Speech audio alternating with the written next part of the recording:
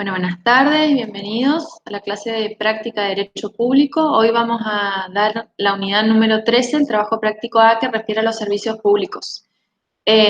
Voy a comenzar yo por esta vez a leer y después, si necesito auxilio, les pido que continúen con la lectura. Hoy vamos a ver un caso judicial que refiere justamente a un conflicto suscitado en virtud de un servicio público. Y en base a ello vamos a contestar unas preguntas para poder desarrollar el punto 1 de la unidad 13. ¿Sí? Bueno, voy a comenzar entonces con la lectura. Fíjense, este es el trabajo práctico 13A sobre servicios públicos. Como les comentaba, refiere a un caso judicial. La consigna dice: el presente trabajo práctico consiste en analizar en clase el fallo de la Corte Suprema de Justicia de la Nación, cuyas partes principales se transcriben a continuación, y responder unas preguntas. Como dijimos, el tribunal es la Corte Suprema de Justicia de la Nación y en la causa Unión de Usuarios y Consumidores contra ENMOVE, Secretaría de Transporte y otros sobre amparo, ¿sí? Hechos. Una asociación de consumidores interpuso acción en los términos del artículo 55 de la Ley de Defensa del Consumidor contra la empresa concesionaria del servicio de transporte ferroviario, el Estado Nacional y la Comisión Nacional de Regulación del Transporte, solicitando que se condene a la transportista a cesar en la práctica que juzga como discriminatoria, consistente en brindar un servicio de peor calidad a los usuarios que utilizan el ramal eléctrico 11 Moreno en relación a los usuarios que utilizan el ramal eléctrico Retiro Tigre. En su demanda, la actora solicitó que se condenara a la empresa TVA a cesar en la práctica que viola el principio de uniformidad con que deben prestarse los servicios públicos, así como el principio constitucional que establece que los usuarios tienen derecho a un trato equitativo. Aclaró que tal práctica consiste en brindar injustificadamente un servicio de evidente peor calidad a los usuarios que utilizan el ramal eléctrico 11 Moreno en relación a los usuarios que utilizan el ramal eléctrico Retiro Tigre. Asimismo, reclamó que el Estado Nacional y la Comisión Nacional Reguladora del Transporte cumplieran con su deber de controlar que el servicio público de ferrocarriles que brinda TVA se haga de conformidad a los preceptos de nuestra Constitución Nacional. Específicamente, que controlen que no se viole el principio de uniformidad con que deben prestarse los servicios públicos y el derecho a la igualdad y a un trato equitativo de los usuarios de la línea eléctrica Sarmiento, 11 Moreno, en relación con los usuarios de la línea eléctrica Mitre, Retiro Tigre. Por otra parte, la actora requirió que se declarara la inconstitucionalidad del adjunto 4 del anexo 3 y del adjunto 2 del anexo 6 de la adenda al contrato de concesión de los grupos de servicio 1 y 2, ex líneas Mitre y Sarmiento, aprobada por el decreto 104 del 2001, por contener las mismas previsiones repugnantes a preceptos fundamentales consagrados en nuestra Carta Magna, específicamente el derecho a la igualdad, a la uniformidad en los servicios públicos, a la no discriminación y a un trato equitativo del que deben gozar los usuarios de la línea eléctrica Sarmiento 11 Moreno. En primera instancia se hizo lugar a la acción de amparo, pero al ser apelada por los demandados, la Sala 3 de la Cámara Nacional de Apelaciones en lo Contencioso Administrativo Federal revocó la sentencia de primera instancia. Los actores interpusieron contra la sentencia de Cámara recurso extraordinario ante la Corte Suprema de Justicia de la Nación, quien, por mayoría, revocó la sentencia de Cámara. ¿Quién se anima a leer los argumentos de la Corte, por favor? ¿Alguien se anima?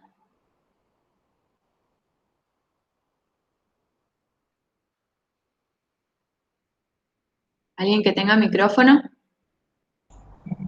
Yo leo, profe. Bueno, gracias, Brian. Principales argumentos de la Corte Suprema de Justicia de la Nación.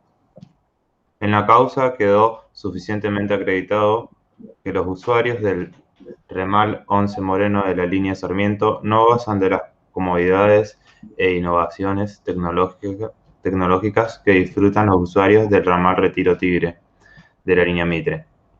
Esta diferencia en la calidad del servicio prestada por la demanda se pone de manifiesto en distintos aspectos. Entre ellos, viajan en condiciones de seguridad y confort muy inferiores a los otros usuarios de la línea Mitre, debido a las condiciones de hacinamiento que sufren en horas pico. 2. Ausencia de condiciones de accesibilidad adecuadas para personas con discapacidad, en contraste con la de los trenes que corren por las vías del ramal Retiro Tigre. 3. La cantidad de pasajeros transportados por coche y la cantidad de oferta diaria del servicio ofrecida por la empresa en cada uno de los ramales no responde a la diferente demanda. Concretamente, respecto de la seguridad, los trenes de la línea Sarmiento no cuentan con sistemas de seguridad que impidan que el tren arranque con sus puertas abiertas, o si los tiene, no los activan, lo que hace que los pasajeros que no entran en el vagón, por estar colmado su capacidad, viajen colgados. Contrariamente a lo afirmado por la Cámara, el dictamen pericial en el que se apoyó la decisión de primera instancia se encuentra sólidamente fundado, es completo, claro, preciso, coherente y evalúa en forma detallada, profunda y exhaustivamente cada uno de los aspectos sometidos a examen. En el ramal 11 Moreno de la línea Sarmiento, desde el octubre de 1999, comienza a marcarse una tendencia decreciente en los índices de calidad, en tanto que los mismos se mantienen prácticamente constantes en Retiro Tigre. Por otra parte, según lo expresado por el magistrado de primera instancia, en el reconocimiento judicial que realizó en los trenes de la línea Sarmiento, que tuve que abordar, se encontraban sucios los vagones y rotos los asientos y los vidrios de las ventanas y puertas. Aunque para ser más fiel con la realidad, en casi todos los coches faltaban completamente los vidrios de algunas ventanas y no habían sido repuestos. Desde luego, ninguno de los vagones contaban con aire acondicionado ni cestos para la basura, y los furgones se encontraban en todos los casos en deplorable estado. TVA opera actualmente su servicio debajo de lo previsto en la contratación en lo que hace el número de coches por tren y el número máximo de pasajeros por metro cuadrado en hora pico. Tampoco es cierto que TVA esté operando en su nivel óptimo, situación que se ve magnificada en el ramal 11 Moreno, en el que no solamente los índices han decaído mucho más notoriamente que en el ramal Retiro Tigre, sino que además nunca se alcanzaron los valores previstos. Los coches originales de la línea Sarmiento contaban con ventiladores, iluminación adecuada, música funcional y asientos que por demás confortables. Además de amplios furgones que históricamente sirvieron no solo para las sillas de ruedas de los discapacitados, sino también para llevar bicicletas.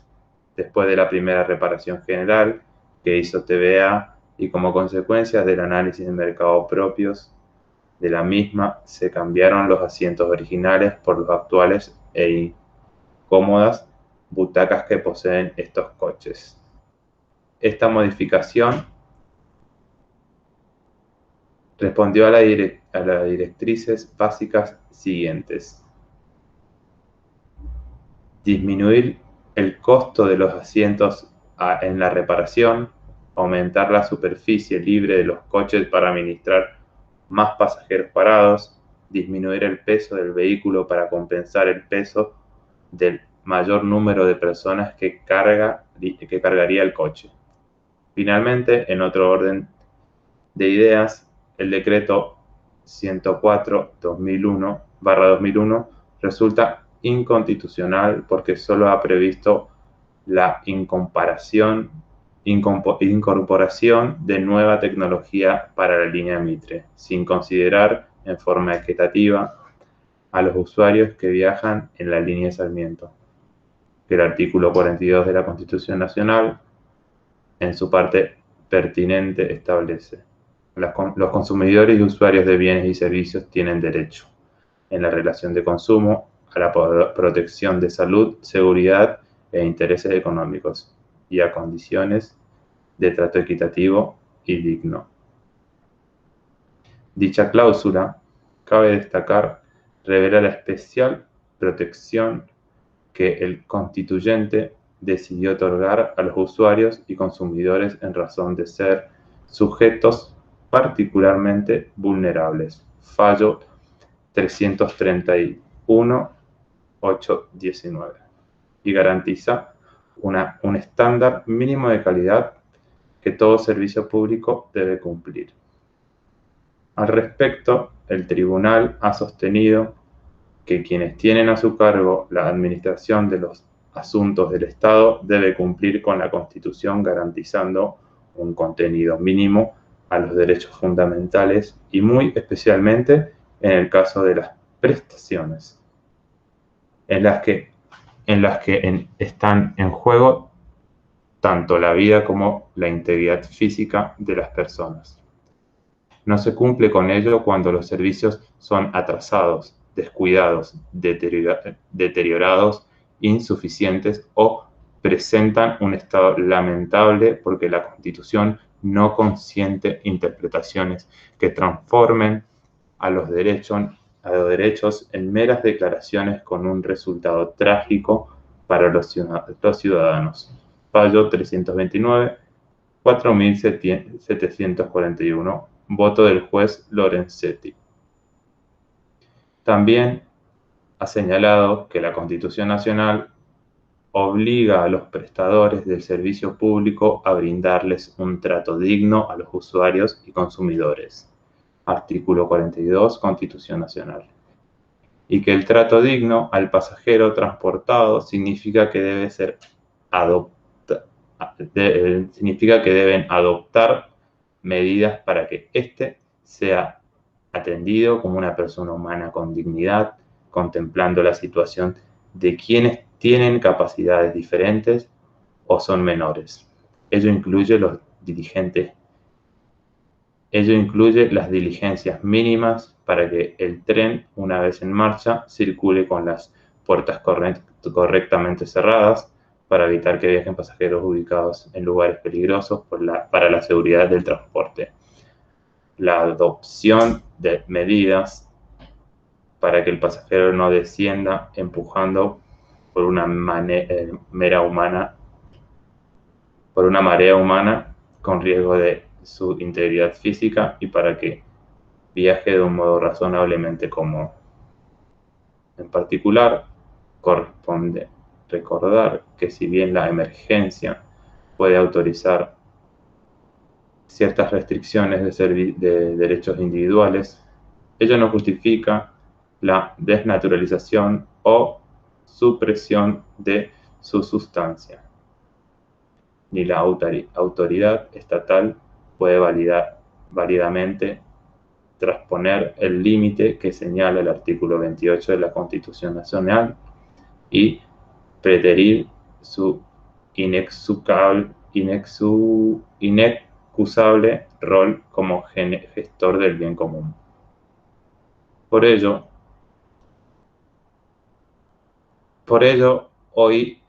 oída la señora Procuradora Fiscal, se hace lugar al recurso extraordinario y se revoca la sentencia apelada con el alcance indicado en los considerados precedentes. Vuelvan los autos al tribunal de origen a fin de que, por quien corresponda, se dicte un nuevo pronunciamiento con arreglo al presente. Está bien, muchas gracias, Brian. Entonces lo que vimos fue un caso que se judicializó en el cual, ¿qué podemos decir? Básicamente que se demandaba la irregular prestación de un servicio de transporte. Ustedes habrán visto entre los fundamentos de la Corte Suprema de Justicia de la Nación todo lo que se tuvo en cuenta. Básicamente siempre tenemos que ponderar que la persona humana es el centro o eje de todo el ordenamiento jurídico.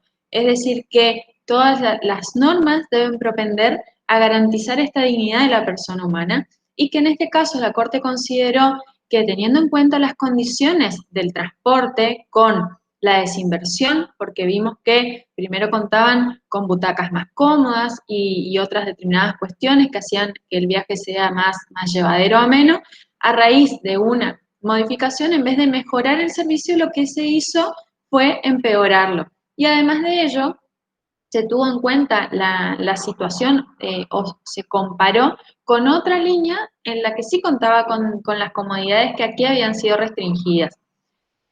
Para poder resolver el caso práctico, o sea, las preguntas, tenemos que tener en cuenta algunas consideraciones que acá están precisadas. Eh, Fíjense, repasando algunos conceptos de la clase de teoría, vamos a recordar que el Estado debe garantizar derechos y para ello es necesario que preste servicios materiales o garantice su prestación por otro. Recuerden esta disquisición que vimos entre lo que era la función pública y lo que era el servicio público.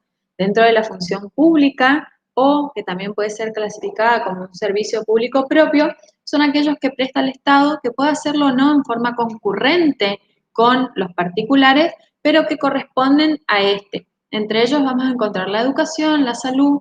Después encontramos otros que son exclusivos, como la administración del servicio de justicia, y por otro lado vamos a encontrar estos servicios públicos denominados impropios, en los cuales el Estado concede a los particulares para que los presten, ¿sí? Se realiza a través de esta figura que se denomina concesión de servicios públicos. Fíjense, el régimen jurídico del servicio público, que es el tema que estamos analizando en el día de la fecha, tiene un marco convencional que está dado por la Convención Americana de Derechos Humanos. Recuerden que fue incorporada a la Constitución Nacional a partir del año 1994, en el artículo 75, inciso 22. También vamos a encontrar la Constitución Nacional y las constituciones provinciales. En la Constitución Nacional, el artículo 42 y también vamos a ver 75, inciso 18 y 19. Las constituciones provinciales que también tienen artículos dedicados a los servicios públicos y luego el marco legal dado principalmente por la ley número 24.240, que es la ley de defensa del consumidor. Tienen que tener en cuenta que todos los destinatarios de los servicios públicos se encuentran amparados por las cláusulas de esta ley, que les reitero, es la Ley de Defensa del Consumidor y del Usuario. En particular, el derecho básico que asiste al usuario es el del acceso al servicio en términos razonables, regulares, igualitarios y continuos. Y allí encontramos algunos de los caracteres de los servicios públicos que fueron desarrollados en la clase de teoría. ¿Por qué determinada actividad es catalogada como el Estado como servicio público? Justamente porque necesita darle un marco regulatorio que, entre otras cosas, garantice su regularidad, su continuidad, su uniformidad, la universalidad del servicio, es decir, que todas las personas puedan acceder al mismo, y por ello vemos que fueron catalogados como servicios públicos la energía eléctrica, el gas, el transporte, es decir, son aquellos servicios de los cuales las personas no pueden prescindir. Y por eso el Estado necesita darle un marco legal que garantice justamente estos que a la vez resultan los caracteres propios del servicio público. Fíjense lo que dice la Convención Americana sobre Derechos Humanos. Todas las personas son iguales ante la ley. En consecuencia, tienen derechos sin discriminación a igual protección. En este sentido, también recuerden el artículo 16 de nuestra Constitución Nacional, que establece el principio de igualdad. En particular, el artículo 42, que era lo que les mencionaba recién, reconoce los siguientes derechos a los usuarios: protección de su salud, seguridad e intereses económicos, información adecuada y veraz, libertad de elección y condiciones de trato equitativo y digno. Fíjense, esta dignidad era sobre la cual la Corte Suprema de Justicia de la Nación edificó su fallo porque justamente la encontraba vulnerada en este caso en particular. Cabe agregar que el Estado, con el propósito de proteger esos derechos y según el propio marco constitucional, debe proveer a la educación para el consumo, a la defensa de la competencia, al control de los monopolios, a la calidad y eficiencia de los servicios públicos y a la conformación de asociaciones. Estas asociaciones son las de usuarios y consumidores que justamente lo que buscan es defender sus derechos. Por último, la Constitución también reconoce el derecho colectivo de los usuarios a participar en los organismos de control, que es esta cuestión que adelantó el titular de cátedra cuando habló de los entes reguladores. ¿Qué son estos entes reguladores? Pues bien, son entes autárquicos. Recuerden, conforme lo que vimos en las clases anteriores, que cuando hablamos de autarquía nos referimos a un ente que forma parte de la estructura descentralizada del Estado, porque tienen personalidad jurídica propia, porque tienen un organigrama, tienen directivos, pueden dictar sus propias normas, tienen un propio régimen financiero, etc. En cuanto a las vías judiciales para lograr la protección de esos derechos, vamos a encontrar contemplado el amparo colectivo, tanto en el artículo 43 de la Constitución Nacional como en el artículo 55 de Defensa del Consumidor, que otorga legitimación a las asociaciones de consumidores. ¿Qué es la legitimación? Es la facultad procesal o esta posibilidad de que concurran ante la justicia solicitando el reconocimiento de derechos de todos los usuarios y consumidores de un determinado servicio público. Eso es la legitimación. Es la posibilidad de alguien de ser parte en un proceso. También vamos a tener que tener en cuenta para resolver el caso práctico con respecto al ente regulador, que es la Comisión Nacional de Regulación de Transporte. Les reitero, ¿qué es este ente regulador? Es un ente autárquico que tiene entre sus objetivos, en líneas generales, el de controlar la prestación o la regular prestación del servicio, dictar normas que tienen que ser cumplidas por los concesionarios del servicio, también tiene que propender a garantizar el respeto de los derechos de los usuarios y consumidores. Cada servicio público tiene un ente regulador específico.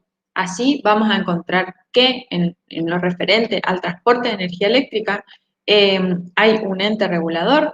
En lo referente al transporte, que es el que vamos a ver ahora, vamos a encontrar la Comisión Nacional de Regulación de Transporte, el gas tendrá otro ente, etc. Es decir, que por cada servicio público ustedes tienen que saber que se crea un ente regulador. ¿Cómo se puede crear este ente regulador? Se crea por ley o por decreto. Hay autores que entienden que solamente puede ser creado por ley y hay otros que entienden que puede ser creado por decreto porque en realidad, al ser un organismo descentralizado, tienen mejores condiciones, se encontrarían para poder merituar la necesidad de creación de este ente sería el Poder Ejecutivo. Es decir, que ya les digo, ustedes van a encontrar entes reguladores creados por ley y entes reguladores creados por decreto. En este caso, la Comisión Nacional de Regulación del Transporte, como les decía, es un organismo descentralizado. ¿Por qué? Recuerden cuando vimos organización administrativa, yo tengo la actividad central, que es el Ejecutivo, y toda la línea jerárquica que se encuentra por debajo del Ejecutivo, y los entes autárquicos que están fuera de ese círculo de centralización que tienen personalidad jurídica propia. Pues bien, los entes autárquicos están fuera de ese círculo de centralización y por ende son entes descentralizados, están fuera de la órbita de la administración central. En este caso, la CNRT depende del Ministerio de Transporte. Acá nos da o nos dice, nos precisa los objetivos según su instrumento de creación. Fíjense cuáles son los objetivos. Instrumentar los mecanismos necesarios para garantizar la fiscalización y el control de la operación del sistema de transporte automotor y ferroviario, de pasajeros y carga de jurisdicción nacional, con el objetivo de garantizar la adecuada protección de los derechos de los usuarios y promover la competitividad de los mercados. Ejercer el poder de policía en materia de transporte de su competencia, controlando el cumplimiento efectivo de las leyes, decretos y reglamentaciones vigentes, así como la ejecución de los contratos de concesión y fiscalizar la actividad realizada por los operadores del transporte. En cuanto a las funciones básicas de transporte ferroviario, aplicar y hacer cumplir los contratos de concesión de transporte ferroviario, metropolitano e interurbano de pasajeros y de cargas, controlar la cantidad y calidad de la oferta de servicios, fiscalizar la ejecución de los programas de mantenimiento de estaciones y coches, controlar el cumplimiento del programa de inversiones acordado en los contratos de concesión, intervenir en la investigación de los accidentes que se sucedan, vigilar el cumplimiento de las normas de seguridad ferroviaria. Bueno, todo lo que leímos es el caso práctico, los hechos, el fallo de la Corte Suprema de Justicia de la Nación y algunas consideraciones que vamos a necesitar para poder resolverlo. Ahora nos vamos a ir de lleno a las preguntas, para lo cual yo preparé otro PowerPoint que nos puede orientar. Vamos acá.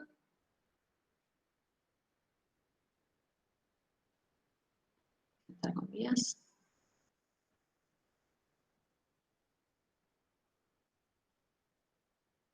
Ahí está.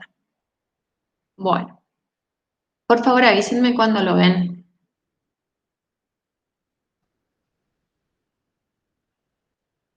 Ahí se ve.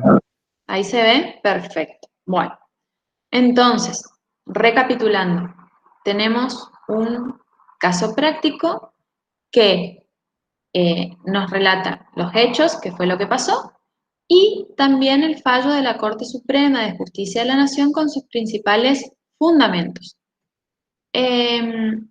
Vamos a las preguntas, ¿sí? Fíjense, dice la primera, individualice las partes de la causa. ¿Alguien podría decir cuáles eran las partes o se acuerdan en un proceso judicial quiénes eran las partes o cómo se denominaba el que promovía la demanda y contra quién se promovía la demanda?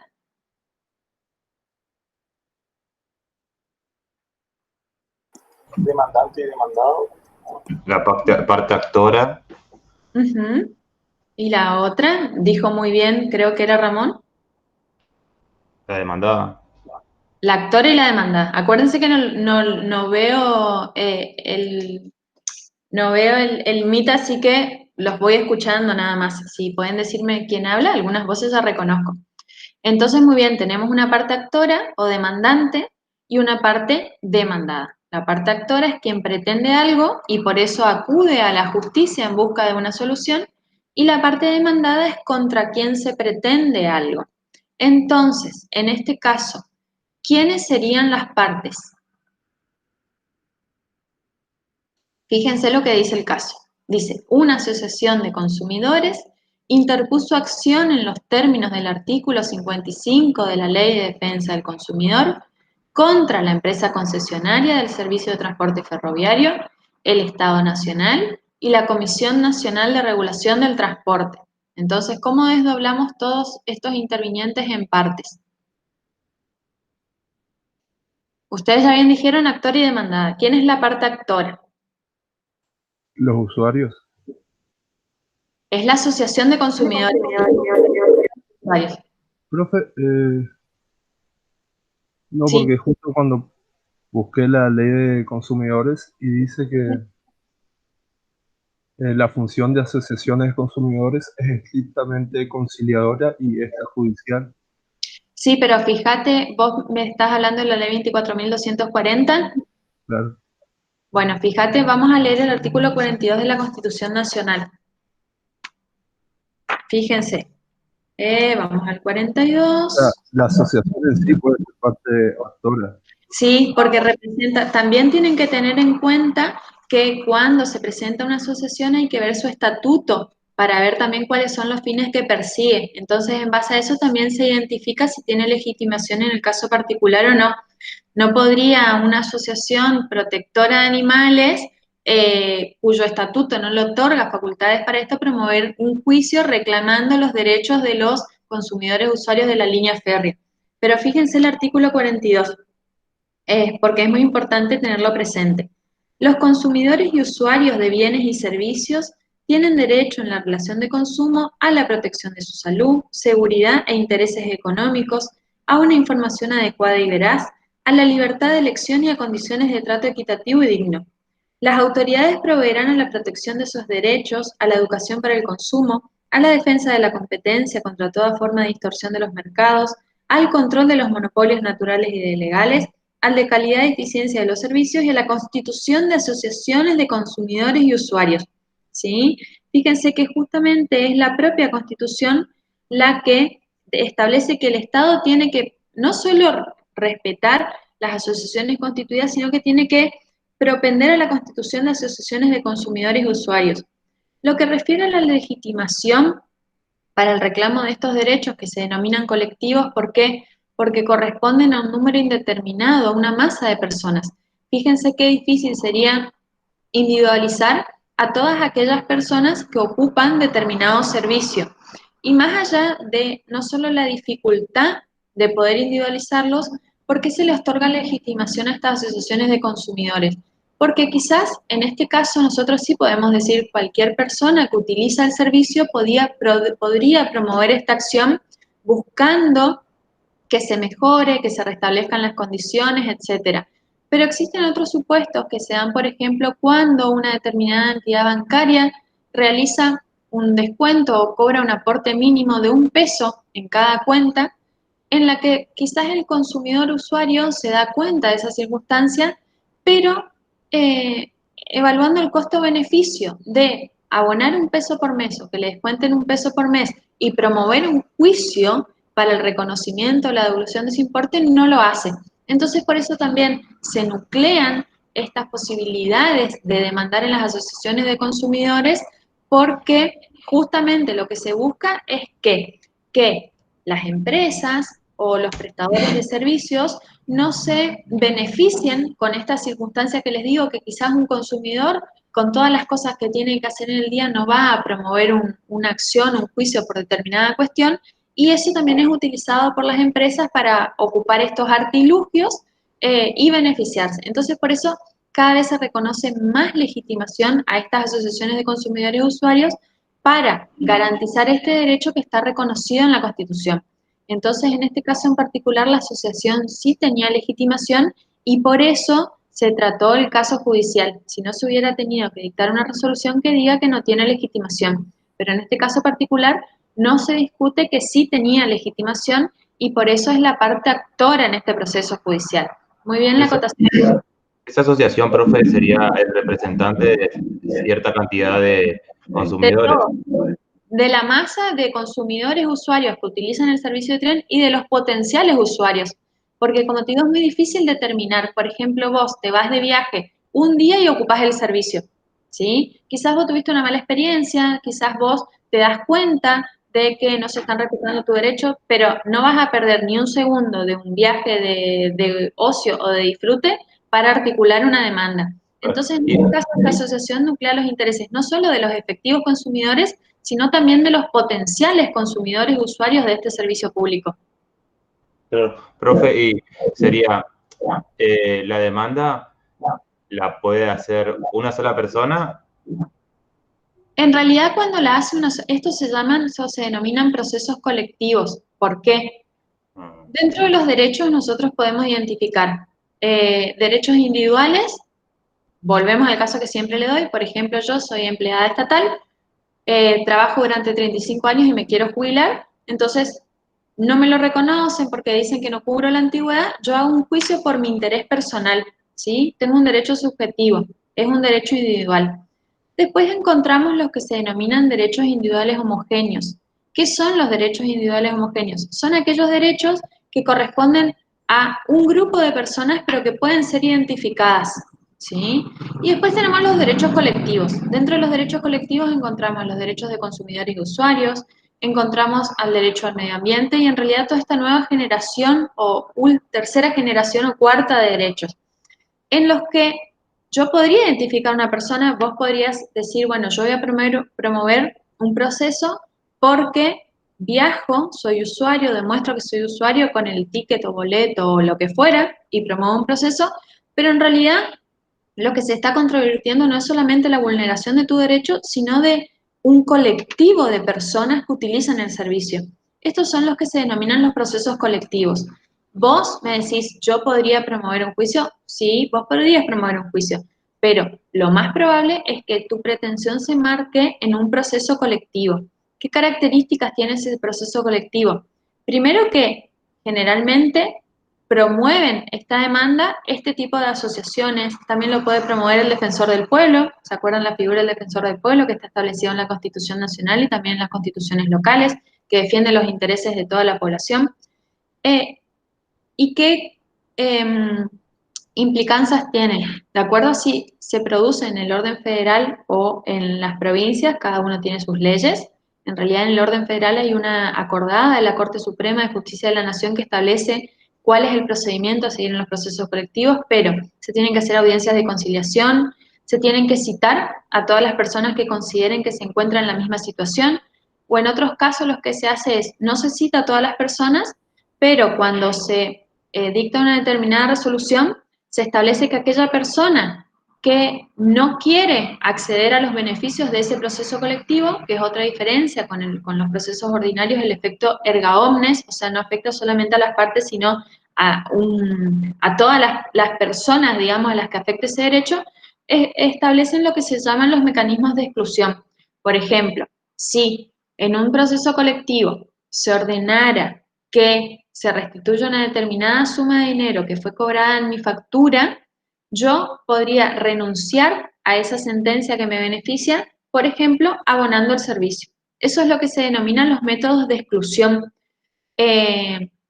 Como les digo, los procesos colectivos, si bien no son de reciente data, encontramos muchos procesos colectivos, generalmente todos los relativos, les reitero, al medio ambiente, a los derechos de consumidores y usuarios, sí tienen particularidades procesales. Les reitero, primero, quién representa, o sea, quién se presenta, generalmente son este tipo de asociaciones de consumidores y usuarios. Segundo, cómo se cita a los demás interesados. A veces se publican edictos en los diarios para que todas las personas que consideren afectadas puedan presentarse en el proceso. Se realizan audiencias de conciliación y, como les digo, una vez que se dicta una decisión, se establecen estos mecanismos de exclusión. El fallo no abarca solo a los intervinientes en el proceso judicial, sino que abarcan a un colectivo de personas que se encuentran amparadas por esa situación. Y por eso, si yo estoy beneficiada por la decisión, pero dijera, por ejemplo, no, la verdad es que a mí esto, para mí está bien que determinada empresa, concesionaria de un servicio público, me cobre este canon, yo lo abono. Y de esa manera yo estoy renunciando a los beneficios de la sentencia judicial. ¿Se entiende? Por eso le digo un proceso particular donde, por ejemplo, aquí en este caso, si la Corte Suprema de Justicia de la Nación ordena a esta empresa que cambie todas las butacas, que ponga aires acondicionados, que establezca otra frecuencia, yo no podría renunciar como usuaria si digo, no, la verdad que para mí está bien el servicio que me presta, yo no quiero que me beneficien colocándome aire acondicionado. Voy a la puerta, digo, o sea, esta es una de las particularidades de este proceso. Una vez que se dicta un fallo, sus efectos se extienden a todos, no solo a los usuarios efectivos, sino también a los potenciales. Como te reitero, si este fallo judicial se cumpliera, yo que mañana viajo a Buenos Aires y ocupo por una vez el servicio, me voy a ver beneficiada porque obviamente que las condiciones de comodidad en que son ayornadas los vagones también me van a beneficiar. ¿Se entiende? Sí, profe. Sí, sí. Perfecto. Es un proceso con particularidades, ¿sí? Ay, esperen que me fui. Ustedes siguen viendo el PowerPoint, ¿verdad?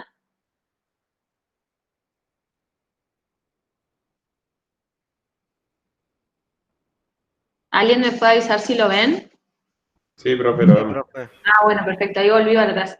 Igual ya me di cuenta que les adelanté la respuesta. Bueno, quedamos en que el actor era la Asociación de Consumidores y las demandadas, ¿quiénes son?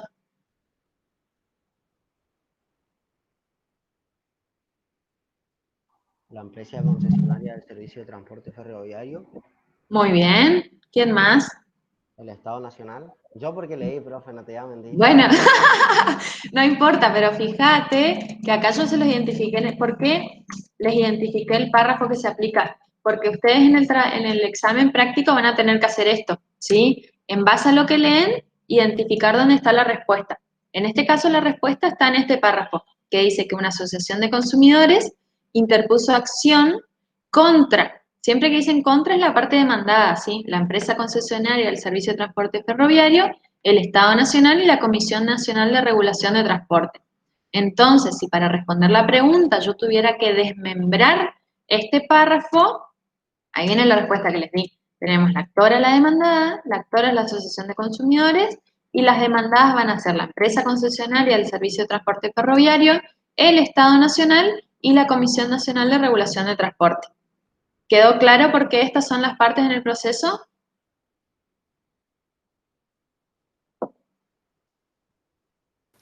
Sí, profe. Perfecto. Uy, esperen que salgo porque alguien está queriendo ingresar. Disculpen, pero lamentablemente no puedo tener las dos cosas abiertas a la vez. Así que Ahí voy otra vez al PowerPoint. Bueno, entonces, otra vez contestamos la pregunta 1. Ahora vamos a la que sigue. ¿Qué clase de contrato administrativo se presenta en el caso en análisis? ¿Lo pudieron identificar de qué contrato estamos hablando?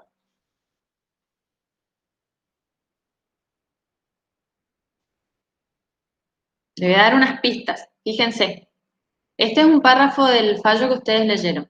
Dice, una asociación de consumidores interpuso acción en los términos del artículo 55 de la Ley de Defensa del Consumidor contra la empresa concesionaria del servicio de transporte ferroviario. Otra pista que está en el texto.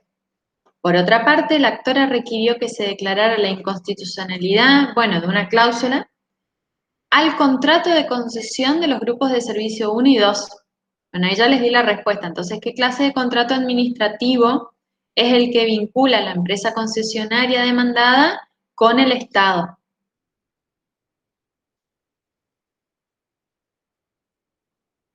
El contrato de concesión. Perfecto, como vieron en la clase pasada, en la de teoría, los distintos contratos administrativos. Una de las figuras que utiliza el Estado para realizar los servicios públicos es el contrato de concesión. ¿Qué es el contrato de concesión? Bueno, es un acto de la administración pública por el cual encomienda a un tercero la organización y el funcionamiento de un servicio público en forma temporal, otorgándole determinados poderes y atribuciones a ese fin, asumiendo dicha persona. Cuando habla de persona, habla del tercero, la empresa, la prestación del servicio a su propia costa y riesgo, percibiendo por ello una retribución que puede consistir en el pago de un precio pagado por los usuarios o en subvenciones o garantías que le fueran reconocidas, o en ambas cosas a la vez, cumpliéndose el servicio público bajo la vigilancia y control de la autoridad administrativa. Fíjense todo lo que podemos extraer de esta definición. La concesión de servicios públicos es un acto de la administración pública. ¿Qué quiere decir? Que en principio aquí el usuario no tiene nada más que ver que utilizar el servicio y abonar por ello una tarifa. Fíjense que cuando el Estado encomienda a un tercero la organización y el funcionamiento de un servicio mediante la figura de la concesión de servicios públicos, siempre es en forma temporal. Puede haber concesiones de 5, 10, 15, 20, 50 años. ¿De qué va a depender este tiempo? Va a depender de la inversión que tenga que realizar esa empresa y el tiempo que le va a llevar a esa empresa, según sus cálculos y estadísticas, que ahí quizás el día de mañana puedan participar ustedes en ese proceso, digamos, de determinación. ¿Por qué? Porque esta empresa, ¿qué va a hacer cuando quiere ser licitataria de una concesión de servicios públicos? Va a hacer un análisis de si le conviene o no. ¿Y en qué va a basar ese análisis? Pues en los costos y costes y beneficios que puede obtener de esa actividad. Dentro de los costos y costes, una de las cosas que analiza es la carga o presión tributaria que va a tener. Otra de las cosas que analiza es la tarifa que va a percibir por ese servicio público. ¿Por qué? Porque, como bien dice acá, el Estado no le abona un canon a la empresa porque la empresa se haga cargo de un servicio público. El Estado le otorga la concesión de un servicio público y esa empresa o tercero lo que va a hacer cobrar una tarifa al usuario consumidor y en base a esa tarifa va a sostener su actividad, ¿sí? Entonces, les reitero, la relación jurídica administrativa a través de la figura de la concesión de servicios públicos se da entre el Estado y un tercero, una empresa. El Profe, Estado, sí. cuando hay una concesión Uh-huh, y se presentan las empresas uh-huh, y la concesión cae en manos de una empresa que uh-huh. está, que es, a ver, ¿cómo lo explico? Que está en manos de personas que trabajan para el Estado. Por ejemplo, un ministro o un legislador o un diputado. ¿Eso no sería una posición dominante o monopolio? En realidad, lo primero que tenemos que tener en cuenta es que probablemente exista una incompatibilidad para que un funcionario público pueda ser concesionario de un servicio público. No se olviden. Pero por medio de testaferro se puede hacer. Eso es otra cuestión, digamos, o sea, en realidad lo que se tiene que corroborar es que la titularidad de esta empresa no coincida con una persona que no pueda ser concesionaria de un servicio público, porque acuérdense, no es necesario, o aunque exista una norma en particular, tenemos muchas normas dentro de la Constitución y principios que hablan de la transparencia, tenemos una convención internacional que lo que busca justamente es suprimir la corrupción, o sea que en principio un funcionario público no debería ser concesionario de un servicio público porque allí hay una incompatibilidad y hay una vulneración de normas éticas, ¿sí? Pero llegado el caso de que vos decís, bueno, en realidad la titularidad de la empresa es de otra persona. Ay, perdón, Brian, me perdí en tu pregunta por tu explicación. ¿A qué punto iba? No, yo iba sobre si es considerado como habló el profesor, en Ajá. teoría, sobre un monopolio o posición dominante En ante las realidad, demás empresas. sí, en realidad la calidad de funcionario público que vos referís no tiene nada que ver con en este caso particular con el monopolio. Hay cuestiones en las cuales el monopolio es necesario y en otras que no, porque justamente hay determinadas actividades que el Estado establece como servicios públicos, porque necesita regularlas, porque fíjense que si existiera un solo prestatario de una determinada actividad, se podría producir el caso de que sea monopólica y por ende cobre las tarifas que considere, etcétera. Esto se aminora con el marco regulatorio. ¿Por qué? Porque ustedes acuérdense que estas tarifas que se abonan para su fijación tienen un procedimiento administrativo especial que incluso en algunos supuestos, en algunos, pero debería contar en todos, con lo que se denomina esta audiencia pública.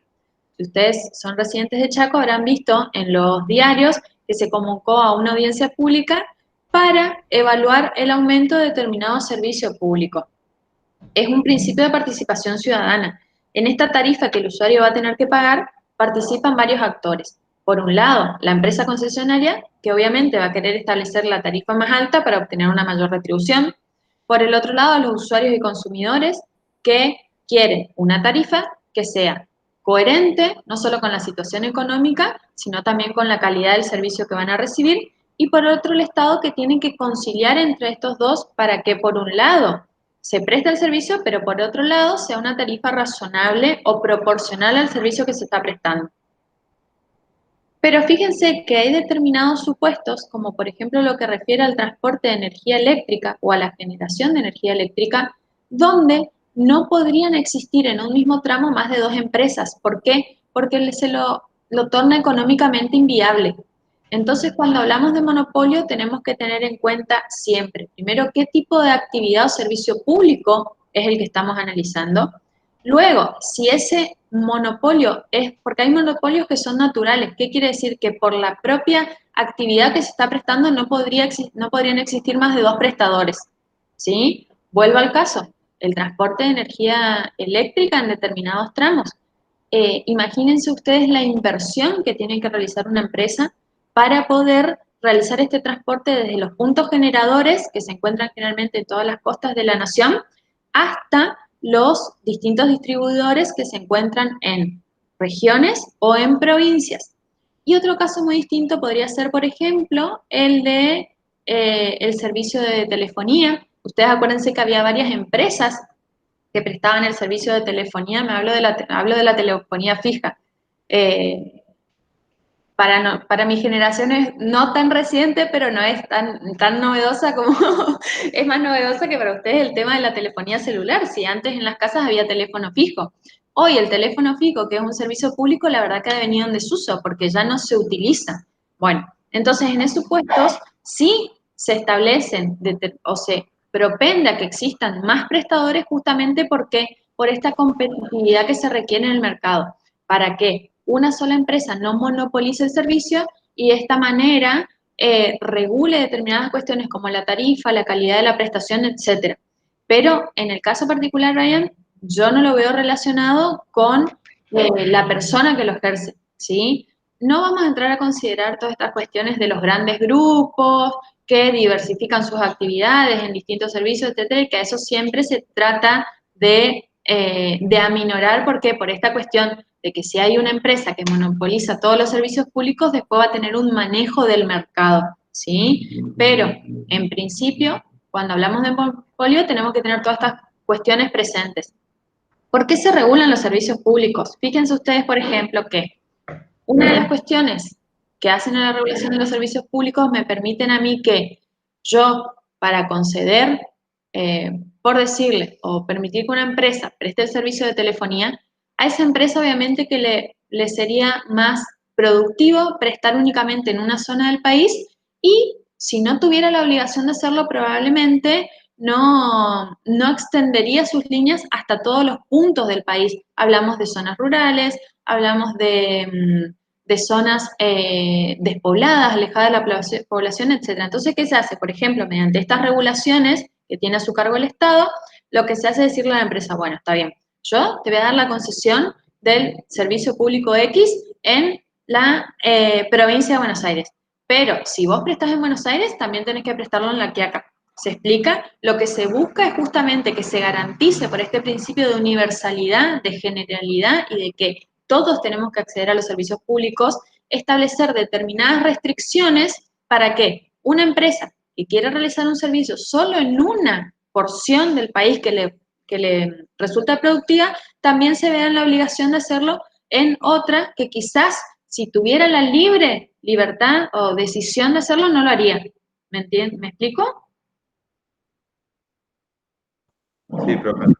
¿Seguro? Sí, profe, sí, entendí. Bueno, perfecto. Esto de no verlos me pone incómoda, pero me pareció mejor hacer la respuesta con el PowerPoint. Así que seguimos entonces. Pudimos identificar que se realizó mediante la figura de una concesión de servicios públicos. Vamos a la tercera pregunta. ¿Cuáles de las características de los servicios públicos analizados en la clase teórica se vieron afectados por el accionar de los demandados? ¿Alguien pudo anotar en la clase de teoría cuáles son los caracteres de los servicios públicos? Sí, A ver, ¿qué que anotaron? te diga todo o los que aparecen en el caso. Todos los que tengas. Y después La, vemos el práctico. la continuidad, Ajá. la regularidad o regular, Ujú. la generalidad, Muy bien. la igualdad Muy bien. y la mutabilidad. Perfecto. Bueno, yo acá puse algunos. ¿Sí? Dentro de estos Profe, la caracteres. obligatoriedad no sería también un carácter, ¿Sí? También es un carácter. porque eso no lo nombró el profesor. Ah, pero también es un carácter. Fíjate que yo acá en el Power lo puse. Yo no puse Ah, claro. mutabilidad, por ejemplo, que el profe sí lo nombró. ¿Sí? Yo me restringí a la igualdad o uniformidad, a la obligatoriedad, a la generalidad, a la calidad de eficiencia, a la subsidiariedad. También agregamos la mutabilidad que dio el profesor en la clase de teoría. Entonces, dentro del caso práctico, ¿ustedes cuáles creen que de estas características se vieron afectados por el accionar de los demandados? ¿Qué les parece? Al prestar un servicio distinto en un ramal o en otro. La obligatoriedad, ¿Por qué? la igualdad, La igualdad, muy bien, ¿qué más? y ¿Qué otra cosa La, estaba comprometida? la regularidad también, porque no se cumplía lo acordado por la regulación actual. Bueno, y otro fundamental y en lo que se basa el fallo cuando habla de que pusieron asientos que eran Calidad de eficiencia, profe. muy bien. Bueno, ustedes identificaron más que los que identifiqué yo. Esperen, volvamos. Yo me había quedado en la igualdad, uniformidad y en la calidad de eficiencia, ¿sí? Para mí esos son los caracteres que se encuentran principalmente vulnerados en este caso en particular, pero podríamos agregarle los dos que ustedes mencionaron, ¿sí? ¿Queda claro cuáles son los caracteres de los servicios públicos y a qué propenden? Cuando hablamos de igualdad, es justamente esta cuestión que queda palmaria en el caso. ¿Por qué los usuarios de determinado ramal van a tener vagones que tengan aire acondicionado, que tengan asientos más cómodos, entre otros, que no son meras comodidades? O sea, nosotros tenemos que atender, les reitero, a un ordenamiento jurídico que se tiene que estructurar desde siempre, pero a partir del año 1994 con la reforma constitucional con mayor gradación sobre la dignidad de la persona humana. Entonces ustedes pregúntense, y seguramente lo habrán vivido, como nos ha pasado a todos, cuando utilizamos un transporte público, si realmente esa modalidad de prestación está garantizando o no mi dignidad. Ustedes ven cómo viajan las personas en los servicios de trenes. Sin más, hemos visto el accidente de Once, que fue fatal, la verdad que un hecho lamentable, y que, como dicen unos, hubiera podido preverse, sí hubiera podido preverse. ¿Por qué no se previno? Bueno, por justamente la alineación de determinadas negligencias en los organismos de control, en la empresa prestataria del servicio público. También podríamos decir que nosotros como usuarios y consumidores tenemos que reclamar los derechos que nos corresponden.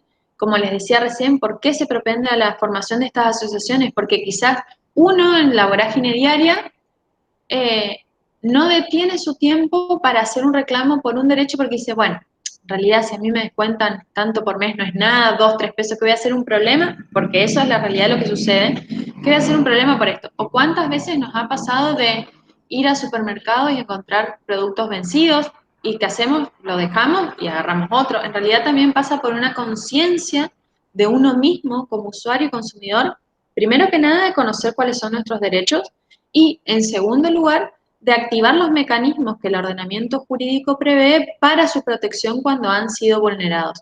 Entonces, en lo que atañe a los servicios públicos específicamente, estos caracteres que tienden a propender justamente que se presten condiciones de igualdad, que el servicio público es obligatorio para el concesionario, es decir, la empresa no puede elegir un día si presta el servicio o no, la generalidad, la calidad de eficiencia que es fundamental, se compromete a prestar un servicio con una determinada calidad y el hecho o las alegaciones que generalmente hacen las empresas de que las tarifas no alcanzan para cumplir ese servicio con calidad y eficiencia, hubieran tenido que pensarlos antes de someterse a un contrato administrativo como es la concesión de servicios públicos.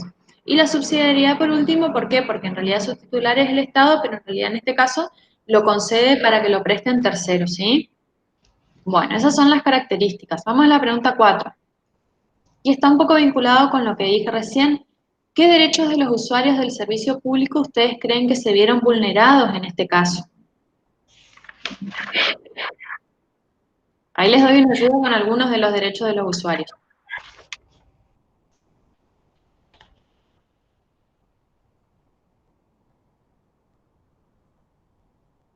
Recién lo dijeron. Vamos por, a ver, la igualdad. ¿Creen que fue vulnerado o no el derecho a la igualdad? Sí. Fue vulnerada, ¿por qué? Porque en un ramal volvemos al mismo. Distintas calidades de servicio. Exactamente, ¿sí? Y acuérdense, el derecho a la igualdad, digamos, ¿cuándo tiene que ser respetado? Cuando está en igualdad de condiciones, ¿sí? Siempre tenemos que mirar el derecho a igualdad desde esa perspectiva. No podría yo decir que no hay derecho a la igualdad cuando con respecto a otra persona que está en una situación jurídica distinta a la mía. En este caso, las situaciones eran las mismas. Eran personas que tenían que dirigirse a un lugar a través de un determinado modo de transporte. Entonces, se encontraban en la misma situación jurídica de esas personas que tenían que ir hacia otro lugar por el mismo medio de transporte. Por eso podemos decir que está vulnerado el derecho a la igualdad. ¿Qué más? ¿Qué otro derecho podemos encontrar vulnerado? Hay uno que yo no puse, releyendo el caso hoy podríamos agregar. ¿Cuál decían? Protección de la salud. Perfecto, Ryan. Justamente ese era el que yo no lo consigné, pero que releyendo el caso hoy con ustedes, creo que lo podría agregar válidamente. ¿Cuál otro? Seguridad e intereses económicos. También otro que yo creo que no consigné, ahora vamos a ver, me parece que ese no lo consigné, ahora vamos a ver. ¿Cuál otro? Intereses económicos, ¿por qué, por ejemplo? Yo podría decir porque yo pago una tarifa y no obtengo un servicio acorde con la tarifa o razonable con la tarifa que estoy abonando, ¿sí? ¿Cuál otro?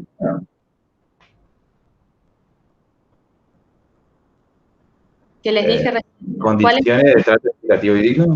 Perfecto, la persona humana como base de todo el ordenamiento jurídico y también la consideración de su dignidad como tal. Bueno, entonces ahí les digo, hay uno que podríamos agregar, que es la protección de la salud, que yo no lo había notado, pero que hoy releyendo el caso con ustedes, creo que también podría ser considerado. Vamos a la pregunta número 5. teniendo en cuenta los conceptos que vieron en la clase de teoría, los que pudieron estar, o si no hago una breve introducción, me parece que algunos no estaban en la teoría, ¿por qué considera que se demandó en la presente causa la Comisión Nacional de Regulación de Transporte? Les reitero, y en esto voy a seguir la línea de lo que dijo el titular de cátedra. Profe, Sí. no entiendo la pregunta. Sería, ¿por qué se demandó a la comisión? O sea, pero se demandó al Estado, a la comisión y al... Exactamente. A la empresa no quedan dudas, ¿por qué? Porque era la prestataria del servicio. Claro. Al Estado Nacional no quedan dudas, ¿por qué? Porque fue el concesionario del servicio. Por eso la asociación la demanda. Porque si usted suscribió un contrato de concesión con esta empresa y esta empresa no está cumpliendo las pautas de la concesión. Pero la pregunta está, ¿por qué la Comisión Nacional de Regulación del Transporte? En este juego, ¿qué dijimos que era la Comisión Nacional? ¿Qué denominación tiene dentro del sistema de transporte? ¿Qué es? ¿El ente regulador? Muy bien. Repasamos para los que no pudieron estar en la clase de teoría. Nosotros cuando hablamos de servicio público tenemos un Estado, que es el que lo concesiona, que este Estado puede ser nacional, provincial o municipal, dependiendo del servicio público de que se trate. El servicio de transporte urbano de la ciudad de Resistencia no va a ser concesionado por el Estado Nacional. ¿Por qué? Porque no le compete al Estado Nacional. Entonces, de acuerdo al servicio público de que se trate, va a ser uno el Estado que tiene a su cargo garantizar su prestación. En este caso, todo lo que hace al transporte terrestre y férreo corresponde a la Comisión Nacional de Regulación del Transporte como ente regulador. Entonces, volviendo a servicios públicos, yo tengo un Estado que concede, que puede ser nacional, provincial o municipal. Tengo una concesionaria, una empresa, que es la que va a asumir la prestación del servicio, va a tener que realizar obras, va a tener que disponer de su personal para que preste el servicio, va a ser la encargada de cobrar la tarifa a los usuarios.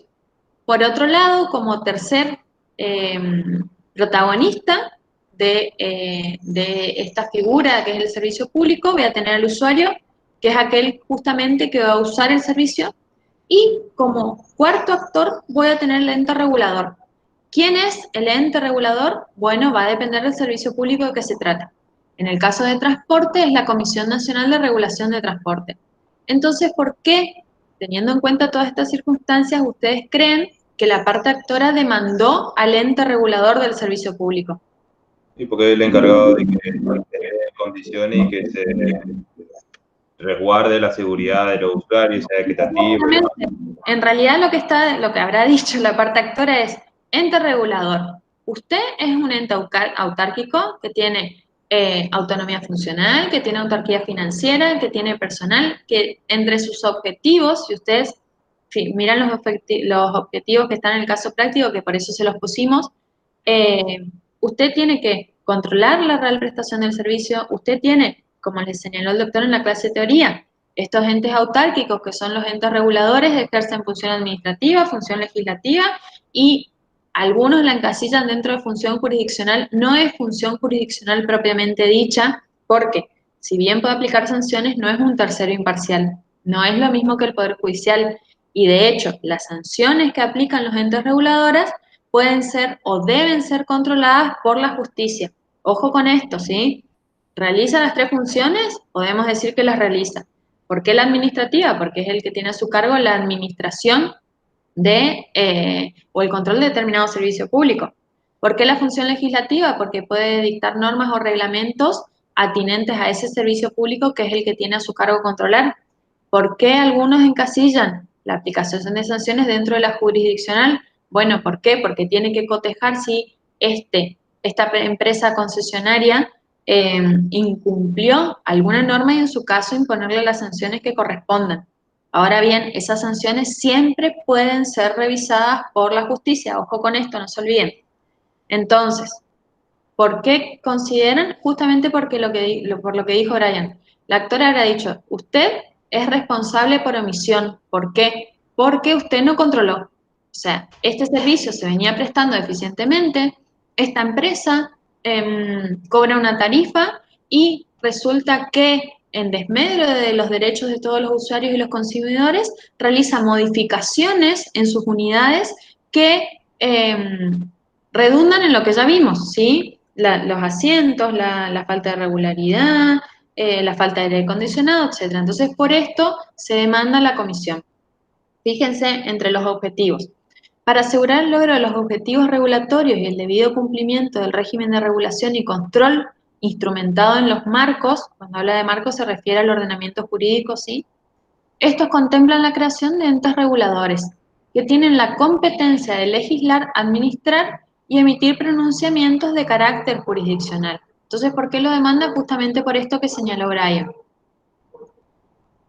En este caso es la Comisión Nacional de Regulación del Transporte de la Secretaría de Obras Públicas y Transporte. Fíjense que esta Comisión Nacional se encuentra dentro de la órbita del Ministerio de Economía y Obras y Servicios Públicos, que tiene como objetivo proteger los derechos de los usuarios, lograr mayor seguridad del sistema de transporte ferroviario. Todas estas cuestiones que en el caso particular no se estaban cumpliendo.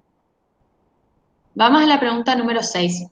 Algo también, en realidad no es que algo, todo dijo el doctor en la clase de teoría y yo algo les adelanté. ¿Cómo consideran que se crean estos entes reguladores? ¿Cómo pueden crearse? ¿Mediante qué instrumento legal o jurídico? Por ley o por decreto. Muy bien, perfecto. Pueden ser creados por los dos, ¿sí? Por ley del Congreso de la Nación o por decreto del Poder Ejecutivo. En este caso particular, fue creado por este decreto, el 1388 del año 1996. Pero lo importante es que ustedes tengan en cuenta esto, que depende del ente regulador, vamos a tener que buscar cuál fue su norma de creación y que vamos a poder encontrar que fue por una ley o que fue por un decreto del Poder Ejecutivo. Las dos opciones son admitidas legalmente. Vamos a la pregunta número 7. Y esta es una pregunta abierta porque ustedes van a poder decirme que sí o que no. Siempre fundado, ¿sí? Acuérdense que siempre que damos una respuesta tratamos de fundarla en por qué consideramos que es de esta manera. ¿Por qué fundamos nuestra respuesta? Primero que nada, para saber que entendimos lo que estamos diciendo. Segundo, porque estamos dentro de una materia que estudia el derecho constitucional, que estudia el derecho administrativo y que por ende entendemos que todas las decisiones tienen que ser fundadas y dar los motivos por los cuales arribamos a una decisión para fortalecer el control ciudadano, ¿sí? Nadie va a venir a controlar sus respuestas, pero lo que es que siempre tenemos que tener en la mente que cuando damos una respuesta tenemos que fundarla y que también esto se deriva de lo que venimos estudiando de la Constitución.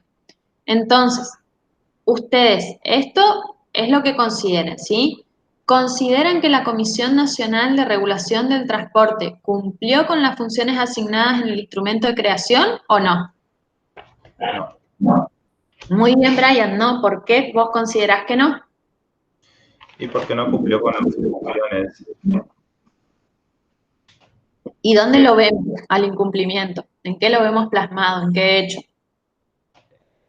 Por ejemplo, en el caso que el deterioro de ciertos trenes, vagones, ¿no es cierto? Sí. Ahí se puede ver plasmado que el ente regulador no está trabajando como se debe. Perfecto, muy bien, Brian. ¿Alguien tiene alguna otra visión del caso o quiere agregar algo a la misma respuesta? ¿Alguien cree que la comisión cumplió? Parece que van todos por el no. ¿Nadie más quiere acotar nada? Como bien señaló Brian, para ver si cumplió o no cumplió, ¿qué tenemos que hacer? Tenemos que cotejar los objetivos y funciones que establece la norma de creación con lo que sucedió en los hechos. Si entre sus funciones está, volvemos para atrás, fíjense lo que dice la norma, la de proteger los derechos de los usuarios, lograr mayor seguridad del sistema de transporte ferroviario, en el caso quedó suficientemente plasmado que esto no aconteció. Entonces, podemos decir válidamente que la comisión no cumplió con las funciones que les asignaba el instrumento de creación, que en este caso es un decreto del Poder Ejecutivo. Muy bien. Vamos con la última. De acuerdo a los fundamentos vertidos en la sentencia, ya cuando hablamos de sentencia estamos viendo el fallo de la Corte Suprema. La empresa prestadora del servicio cumplió con las cláusulas contractuales pertinentes. Cuando me habla de cláusulas contractuales, yo ya me tengo que ir al contrato que suscribió la empresa concesionaria con el Estado Nacional, ¿sí? Repaso de la clase anterior. Cuando hablamos de contratos administrativos, estamos hablando de un acuerdo de voluntades, el mismo acuerdo de voluntades que ustedes estudiaron en el marco del derecho privado, del derecho civil, pero que en este caso tiene particularidades. ¿Cuáles son esas particularidades? La exorbitancia del poder del Estado. ¿Qué es esta exorbitancia? Son determinadas cláusulas innegociables que fija el Estado y que aquellos que quieran contratar con el Estado tienen que aceptar. ¿Cómo se llega a la suscripción o a la adjudicación de un contrato administrativo? Vamos a encontrar distintos procedimientos, ¿sí? El procedimiento por excelencia para contratar con el Estado es la licitación pública. Después también vamos a encontrar contratación directa y otros. Una vez que yo cumplí con ese procedimiento, que implica un pliego de condiciones generales y particulares, que son los pliegos, son pautas que da la administración para poder contratar con ella, se llega a la adjudicación a quien, en el caso de las licitaciones, sea el cocontratante más beneficioso para la administración.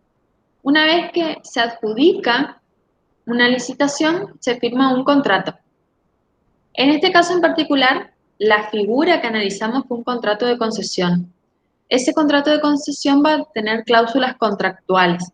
Nosotros acá no tuvimos ese instrumento legal que es el contrato de concesión, pero sí en el fallo podemos ver algunos párrafos que refieren a ese contrato. Fíjense, yo por ejemplo les puse.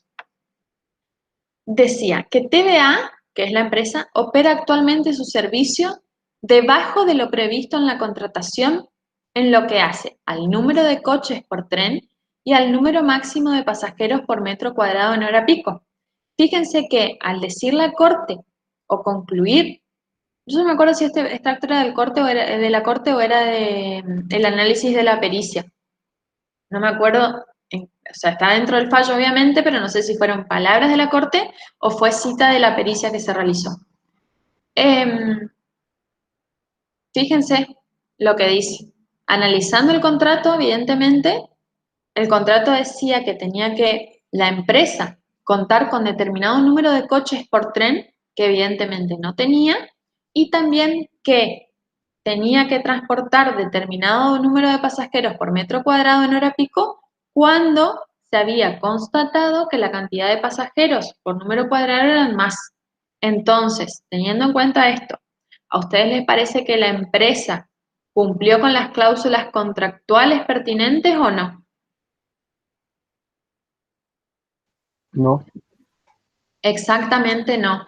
¿Y qué diferencia podemos hacer entre las respuestas que contestamos anteriormente? Fíjense que hablamos de los derechos de los usuarios y consumidores, hablamos de los caracteres de los servicios públicos. Entonces, cuando nosotros decíamos que se infringió un determinado derecho de los consumidores usuarios, lo derivábamos de las convenciones, de la Convención Americana de Derechos Humanos, lo derivamos de la Constitución Nacional. Cuando hablamos de cuáles son los caracteres que no se encontraban presentes en este caso, en el servicio público analizado, hablamos de doctrina, porque ¿quién nos dice cuáles son los caracteres de los servicios públicos? ¿Sí? Es decir, que estábamos dentro de un marco supralegal. En este caso en particular, ya nos metemos a analizar para poder decir si la empresa prestadora del servicio cumplió o no con cláusulas contractuales en el propio instrumento jurídico, ese acuerdo que podría determinarse acuerdo de voluntades suscripto entre el Estado y la empresa. Entonces, en este caso, si nosotros, o si a ustedes el día de mañana les toca en sus profesiones actuar como peritos y determinar, porque esto también sucede, ¿eh? Estos son los peritos contables contadores que actúan como auxiliares de la justicia, en los que se les pide, generalmente en los litigios suscitados por contratos administrativos que cotejen si los libros de la empresa, si los llevaba regularmente, si de los libros de la empresa surge determinada cuestión, que analice el contrato administrativo y entonces pueda decirnos, por ejemplo, si la prestación del servicio se realizaba conforme a las cláusulas contractuales o no. En esta etapa, ustedes, si el día de mañana les interesa participar en los procesos judiciales como perito, van a tener que tener presentes todas estas circunstancias para poder contestar sus informes. Bueno, llegamos al final de las preguntas. Fíjese, esto también, perdón, era la segunda parte de la pregunta 8. Dice, en su caso, ¿qué facultades asistían al Estado en relación al contrato administrativo en cuestión? Ya también lo vieron en la clase de teoría, o si no pudieron escucharles, les hago un breve resumen. La administración tiene la facultad ante un contrato administrativo de aplicar una sanción, de disponer la rescisión es la finalización del contrato, digamos, o el rescate. El rescate es cuando recupera una actividad que fue concedida. Entonces, en este caso particular, ha quedado demostrado el incumplimiento de la empresa prestataria del servicio público. ¿Sí? Llegamos a la conclusión de que vulneró no solo derechos convencionales y constitucionales de los usuarios y consumidores, sino también que incumplió con las cláusulas contractuales. Entonces, ¿qué creen que podría hacer la administración frente a este incumplimiento? ¿Qué les parece a ustedes que cuando una empresa no presta un servicio público como corresponde, puede hacer el Estado ante esta situación?